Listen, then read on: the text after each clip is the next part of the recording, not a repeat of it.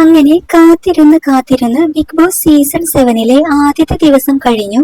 7ന്റെ പടിയുമായി കാത്തിരിക്കുന്ന മോഹൻലാലിന്റെ മടയിലേക്ക് എത്തിയ മത്സരാർത്ഥികളാണ് ഇപ്പോൾ ഹൗസിലുള്ളത്.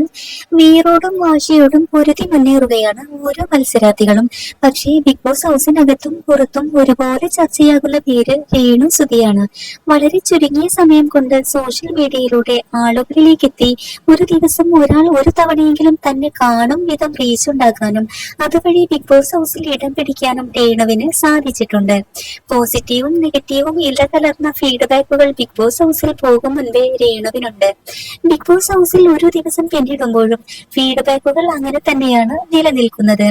ഇതിനിടെയായി തലവേദനയുടെ ഒരു ഇഷ്യൂസ് ഹൗസിൽ നടന്നിരുന്നു.